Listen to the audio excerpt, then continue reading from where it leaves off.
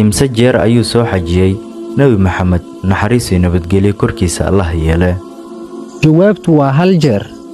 kulanti wacan wanaagsan daawadayaal ku soo dhawaada YouTube channelkeena Radrab oo runtii maaragtaanay hadda kadib aan ku soo gudbin doono barnaamijyo aad u badan haday noqdaan qisooyin sheekooyin su'aalooyin iyo jawaabo iyo waxyaabo aad u badan oo idin xiiso gelin doono insha Allah.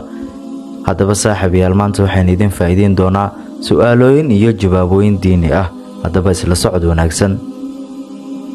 kuma waxa shakhsigii ugu horeeyay ee u sooma dar alle?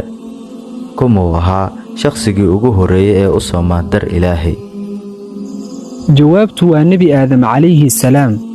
imse haweeney ah ayuu guursaday Umar bin Khattab radiyallahu anhu? jawaabtu waa 7. imse jeer ayuu soo xajiyay Nabi Maxamed naxariis iyo nabadgelyo korkiisa Allah yeelay? jawaabtu waa hal jeer. sheeg xayawaankii uu jeclaa Nabi Suleymaan? jawaabtu waa baqasha. sheeg magaca hooyadii dhashay Nabi Isxaaq? jawaabtu waa Saara. sheeg magaca geed ka baxa jahannamo bartankeeda? jawaabtu waa Zaquum. su'aasha kale u dambaysa ee barnaamijkeena waxay ku leedahay sheeg ninkii daqray Nabi Maxamed sallallahu alayhi wasallam dagaalkii Uhud?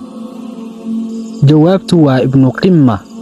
saaxiibayaal ilaa iyo haatan haddii aad nala soo gaartay YouTube channelkeen Radrab subscribe noo saar, muuqaalka haddii aad ka hesheen like saar oo share garee la wadaaga saaxiibadaada. aad baad u mahadsantahay.